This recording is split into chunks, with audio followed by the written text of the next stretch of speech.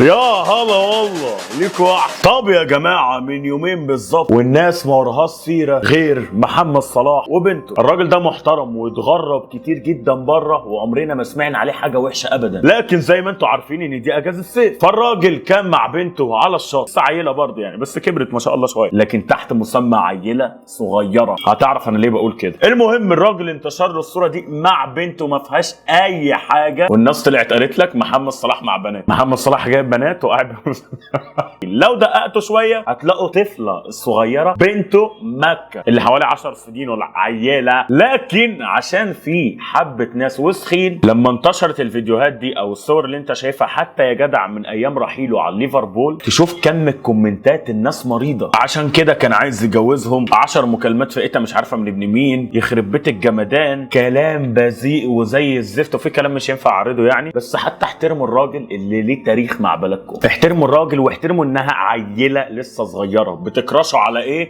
ده انتوا حيحانين، ده انتوا بقيتوا شباب، اي حاجه فيها روح احنا راشقين فيها. لو تشوفوا الحاجات والناس اللي بتقعد تتكلم على اللبس بتقعد تقول لك ما هو بيلبسهم كده، ده عيال يا حاجه انت وهي. اطلع مع بنتي او اجيب بنتي اللي عيله هيبصوا لها وهيقولوا لي ايه نلبسها، عندها 20 سنه البت ومش ملبسها. اتقوا الله. اكتر واحد محترم وما شفناش عليه حاجه ابدا، قعد في الغربه بتاع حوالي 20 سنه ولا اكتر، عمرنا ما شفنا عليه حاجه وحشه ابدا. عمره ما كان بيروح سهرات ولا رايح حفلات. انتوا بتتكلموا في ايه يا شويه مرضى في الفيديوهات اللي انتوا عمالين تشيروها لبعض؟ قله الادب في فيديو صغير زي ده بيلاعب فيه بنته الصغيره، قله الادب في كده. ده انتوا شعب مريض بجد والله العظيم، شعب مريض. والفيديو برضه اللي انتشر لحبه عيال كلهم عيال صغيره ما يجيبوش ال 12 سنه، لكن الكومنتات ليها راي تاني والناس لها راي تاني، وبجد انا عرفت منكم وتعبت منكم بجد. فبجد كل اللي هقوله ربنا يهديكم يا رب، وراعوا ان دول اطفال صغيره، فبلاش تفتحوا العيون على الحاجات دي. طبعا انتوا عارفين ان الدل على الخير كفاعله، ودي اخر مره هقول لكم فيها عن الجمعيه الخيريه دي. انا عارف ان في ناس بتتضايق من الموضوع ده، لكن هو خبر حلو ومش هطول عليكم. انا جاي اقول لكم ان الجمعيه الخيريه اللي كانت فكره صغيره من سنه كبرت وبقت ليها مقر، والافتتاح بتاعها يوم الجمعه الجاي، وده كله ما كانوش هيوصلوا له الا بفضل من الله سبحانه وتعالى، ثم الناس اللي بتدعمهم وامنت بفكرتهم، وهم شله شباب صغير شغال على الموضوع بشكل جدي. ولو انت تقدر تساعدهم حتى لو مبلغ بسيط، دي صفحاتهم تقدر تتواصل معاهم، او حتى لو مش هتساعدهم تقدر تخليهم ان هم يوصلوا اكتر، ان انت تتابعهم على صفحاتهم او تروح لهم المقر بتاعهم، وعايز تسأل على اي حاجة هتلاقيهم جاهزين بالرد. غير ان هم بيوثقوا كل لحظة بيعملوها او كل لحظة خيرية عشان خاطر المصداقية، وبيحاولوا على قدر المستطاع ان هم يوصلوا الناس، وبالفعل وصلوا للناس وساعدوهم، ودي حاجة تحسب لهم. وربنا يكتر من امثالهم ويكتر من امثال جميع الشباب اللي بتفكر بالطريقة دي، وجزاك الله كل خير، وربنا يهديكم جميعا. وخلينا نخش على فيديوهاتنا. تهل الفرحة حلوة، الفرحة جميلة. استنينا انا في الاوضه بعد ما ابويا وافق يجدد النت. الفرحة جميلة يا فرحه ما تمت كلها 7 ايام ولا 8 وتلاقيها خلصت، تروح جددها تاني. موضه زي الزفت، كل شويه النت يقطع. يا جدعان اللي بعده اول يوم اجيب فيه الموبايل دايما اكيد هتبقى محافظ عليه وشايله ومرضعه ومحميه ومنضفه. انام يا حبيبي، بعد كده هتلاقي بعد كده بيتفشخ عادي. لا حلو الفيديو اللي بعده. امي سافرت وخلتني مع اخواني. بتحبه وما بتحبوش ده بقى عند امك. هناك بحبه وما بحبوش، لكن هنا تاخد وانت ساكت، تاخده وانت ايه ساكت. يا مش عايز اسمع صوت يا بنتي يخرب بيتك، طفله صغيره بس واضح عليها تبقى ام قوقه. اللي بعده. انا بعد ما فكيت عليه كل الهرمونات اللي تجيني واكرهه عشت وهو ساكت ومتحمل.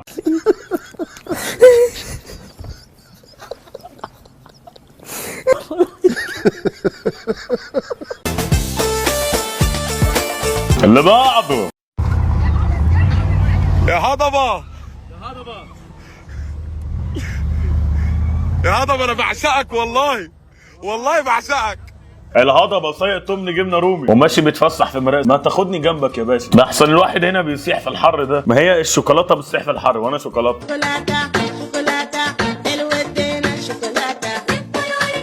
اللي بعده. هي بتقول لك دادي ما جابليش غسول للوش مع الشامبو الامريكي. انت مع كيس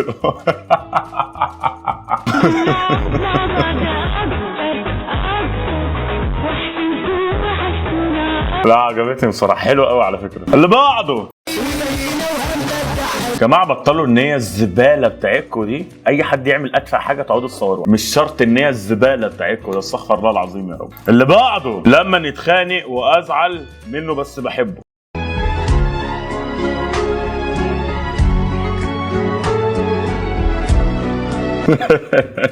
لا حلو الفيديو عجبني. اللي بعده لسه بيجيب لي حاجه حلوه وهو جاي.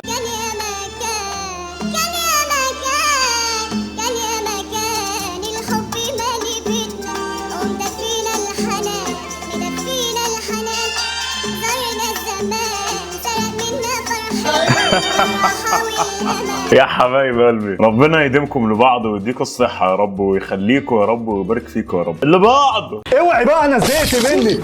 ايوه يا اختي مثلي، مره لما تزعلي تقعدي لي فوق النجفه ولما تزعلي تقعدي لي تحت ده وبقلم رصاص. بقلم رصاص اللي هو الالوان كمان. يا ايه ده، الهند تتراجع للمركز الثاني. عادي يا حبيبتي، مفيش اكتر من الفلوس الحمد لله، خدي فلوس اشبعي. انا ميريلو. بجد لا الافلام دي تحفه بجد، من غيرها ما اقدرش اعيش. اللي بعده انا مجرم سافل عينه من قلبي بقول لك فاك يو يا مشوي ومقلي يا بنتي يخرب بيتي، البت دي اجنبيه ومتعلقه بالثقافه المصريه، دي بريطانيه على ما اعتقد. متعلقه بالايه؟ بالثقافه المصريه. يا بنتي دي حاجات قله عيب اقولها لك ازاي قله ادب يعني ايه؟ طيب ده انسيفيليتي يا بنت. انسيفيليتي فاهمه بالي. اتاثرت بالمصريين، قلدت حركاتهم من غير ما تعرف، هي فاكره دي رقص عندنا عامله لك. يخرب بيتك. اللي بعده عزمني على فرحه وما كانش ينفع اشككه اني لسه بحبه، فرحت ويا ريتني ما رحت. اكبر غلط تعمليه بقى ايه يعني؟ بص بقى الكومنتات بقى بتاعت الرجاله بقى، خلاص ما تزعليش اتجوزيني ونعزله.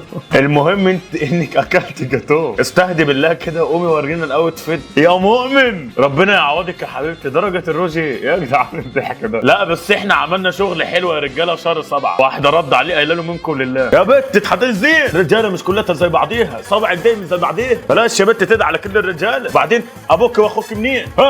بو يشتحك ويشطح اللي جابك. اللي بعده المكتب ده تقيل قوي، يا لو كان معانا ولد. يا لهوي صرصار الحقوني. اللي بعده انا بعد ما صورت ستوري هنا عامل فن نحيف يعني بياكل خبزايه واحده وعلبه مربى. بص بقى بعد كده طلع لسه في الجبل. ايوه طلع كله يلا بالهنا والشفا. كل ياض وعيش حياتك يلا. انت هتعيش مره واحده يلا، هتعيش عشان تعمل دايت وما دايتاتاش. كل ربيني الكرش كده لسه في مرحله بدايه الكرش، بعد كده يكبر يبقى كرش مطلع بطيخه حلوه اطبل عليها.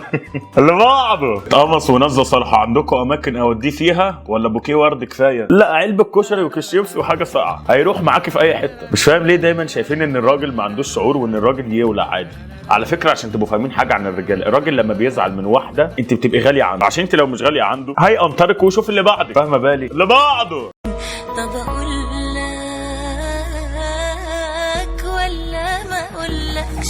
قولي. العمر مجرد رقم، خدوها قاعده. اكبر غلط تاخدوها فكره ان الاكبر والاصغر والتفاهه دي. الدنيا متفاتة يا جدعان، فككوا بقى من الهري ده. اللي بعده انت بعد ما اخترت الحب بدل الفلوس. رسمي بالذمه رقص الجن، قطع اخصام وسيح الزبده، حطه في الطاسه شوح الكبده، انا ارفع الكوز واشبط السن. رسمي بالذمه رقص الجن، قطع اخصام كل دي كبده في السندوتش ده، انت هتخربي بيته يا بت. هي لحس الكبده طعم الكبده فاهمه بالي؟ ولا انت بتبيعوه غالي؟ اهم حاجه تكون كبده هوهو على ابوها. اللي بعده لما تمسكوا موبايله عشان تشوفوه بيخونك ولا لا، فتلاقيه بيحاول بس كل البنات بترفضه. في واحده كاتبه في الكومنتات والله لقيتهم بيشتموه كمان ويبلكوه. اللي بعده بس انتوا مش محمد ولا حد هيكون زي محمد. جدع يا بنت. وعمري مشكي من حبك. اللي بعده تشرب ايه نسكافيه؟ وعلى فكره ده سؤال او انت عيل تسالني بشرب ايه ليه يعني؟ بتاعتك ليك فيها بيض قوي السؤال ده. انا اسف بس من السؤال ده. بتشرب عارفين اللي ما حدش مستحمل نكشه اهو. اللي بعده البوم عمرو دياب. وانا عاشق سواد النني والننوس، انا البلبوس ورمش عينيكي ده هدومي واندومي، باكلها لما اكون شبعان عشان هي ما بتشبعش. اسمحي لي بالرقصه دي. طب على فكره الالبوم حلو جدا وما فيهوش ولا اغنيه وحشه، انتوا شعب اوفر على فكره. ولولا البنات بعد ما قعدتوا تشتموا فيها وتعملوها بعد ما عملها فيديو كليب، اوعى الروعه عمرو دياب بيعمل فكره كرييتيف، عمرو دياب مش عارفه مين، شعب متناقض. اللي بعده ومين قلب له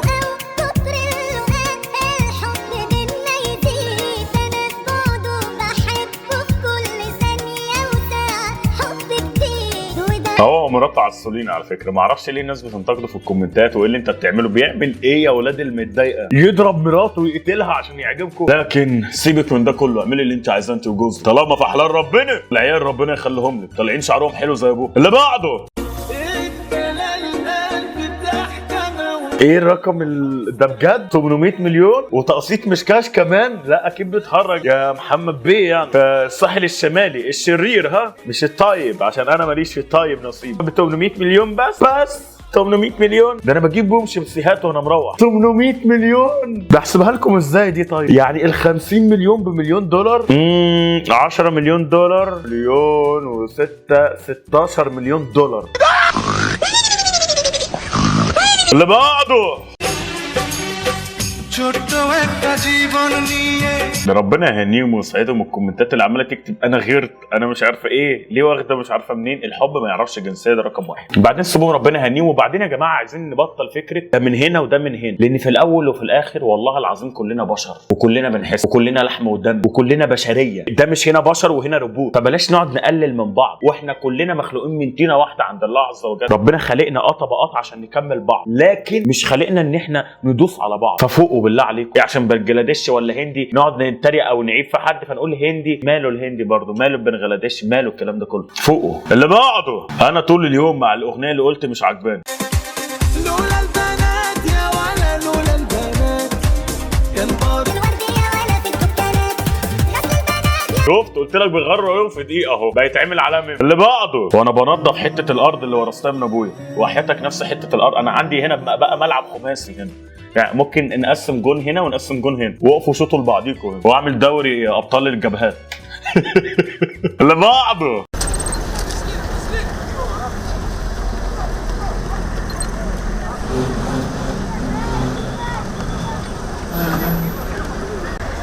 على فكره يا جدعان ده مش وقت شماته ومغرب وموروكو وما موروكاشي. على فكره ده بشر ولحم ودم يا بشريه، ده مش كوره. احنا بنهزر في الكوره ونقعد نتكلم في الكوره ونشتم بعض في الكوره، لكن ده موقف ما يخلينيش ابدا اشتم ولا اقلل. لان الموقف ده انت كل شاب عربي فيه، مغربي، مصري، جزائري، اردني، سوري، لبناني، كل الدول العربيه ما عدا الخليج. هو الناس اللي بتطلع تجري بره دي عشان تطلع بره، هي بتطلع ليه؟ عنده استعداد يشتغل كلب بره، يشتغل زبال بره عشان خاطر يجيب لقمه بالحلال، عشان يعرف يعمل اقل حاجه في دنيته، يتجوز، يجيب حته شقه. لان اللي بيشتغل بيه بيدفع ويشرب بيه بس، وده مش حياه. فده مش وقت شماته ولا وقت نقعد نضحك على بعض ونتريق ونحفل ونقول مغرب وبتنجان ومقلي. ايه التفاهه دي يا جدع؟ ايه التفاهه اللي انت فيها دي؟ والحمد لله على نعمه. الحمد لله انت لو مكانه وبجنبك بلد هتعمل نفس اللي هو بيعمله. هتيجي تقول لي بيهاجر ومش عارفه.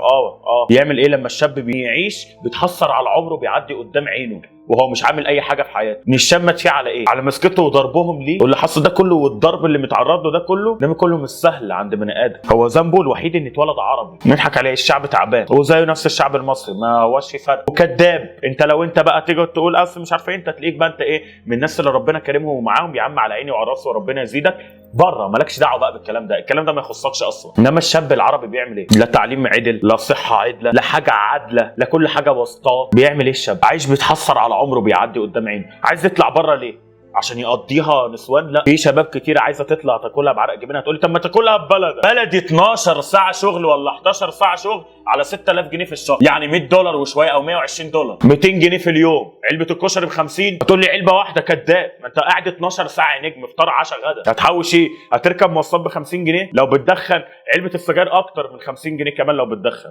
لو بتشرب كوبايه شاي حتى بكام؟ كوبايه الشاي ب 15 دلوقتي. ازازه الميه البساريه الصغيره بقت ب 10، الكبيره مش عارفه ب 15، حاجه زي كده. بتتكلم في ايه؟ كل الشعب العربي واحد، مغربي، مصري. انا حفل عليه في كوره ماشي وتفاهه والجو هايف لكن في موقف زي ده واقعد احفل واكتب كومنتات تافهه زي دي، تبقى انت عيل عين، تبقى انت خروف. ربنا يكون في عون كل الناس ديت، ربنا يهون على الناس دي كلها، لان الناس دي كلها احلامها بسيطه قوي، الناس دي كلها احلامها صغيره قوي، هو مش بيحلم بالقصور، ده اقل حاجه يا مؤمن. العنوسه زادت في بلدنا، في مصر وفي الاردن وفي المغرب وفي كل الدول، والزنا انتشر. عارف ليه؟ من كتر الفجر والغلا، عشان بقى ده عايز يتجوز وده عايز يتجوز. الحرام انتشر، زمان ما كانش الحرام منتشر، زمان كانت الدنيا رخيصه وكانت العيشه حلوه، زمان كنت تبقى معاك ابتدائيه تنزل تشتغل. دلوقتي متطلبات عاليه في الشهادات، وحتى ان معاك متطلبات عاليه والواد ما، والله العظيم عندي صاحبي اقسم بالله واحد مكانه عالي وعامل دكتوراه وعامل وعامل وعامل وعامل وعامل وشهاداته محترمه جدا ومعافر ومطلع عينه وفي الاخر على الكام 6000 وكل شويه بتخصم منه. الشاب اللي عايز يطلع بره مش عايز يطلع بره عشان خاطر قمار، لا ده عايز يطلع بره عشان خاطر يشتغل اي حاجه حتى لو زبال، المهم يجيب قوت محترم يعرف يحوش ويتجوز منه،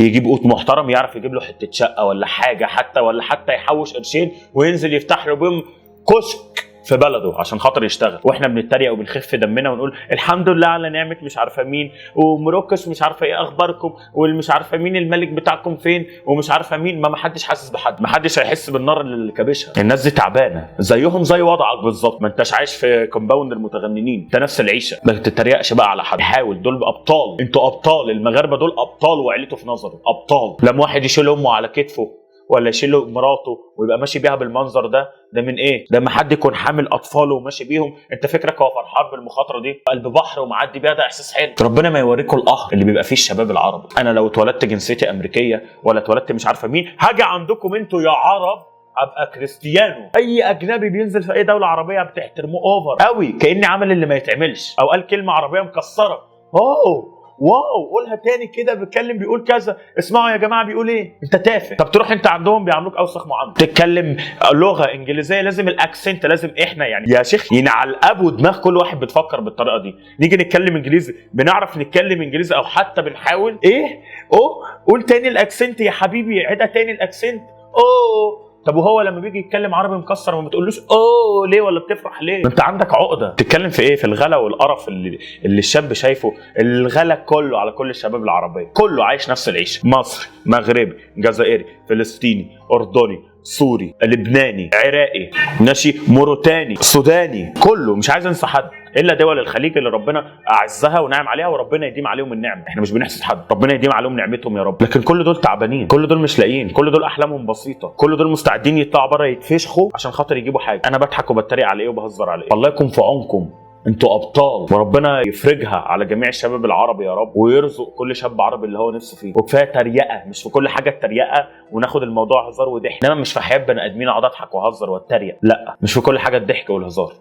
وكان الله في عونكم وفي عون جميع الشباب، ويعون كل الشباب يا رب، ويكرم جميع الشباب وجميع البشريه وجميع الاديان. مش هدعي خاصه يعني جميع المسلمين وجميع الاديان، مش هحدد حاجه واحده بس. وربنا يكرم الجميع، واشوفكم دايما على خير. السلام عليكم. فيديو جديد خلص بس الاكشن لسه شغال، يا عيلة محمد صبري رجالة في اي مجال، دوس لايك اشترك عشان الجاي زلزال. محمد صبري ده الدولة مفيش كلام يتقال، اشوف وشوشكم بخير، سلام يا ابطال. محمد صبري وحش الكون.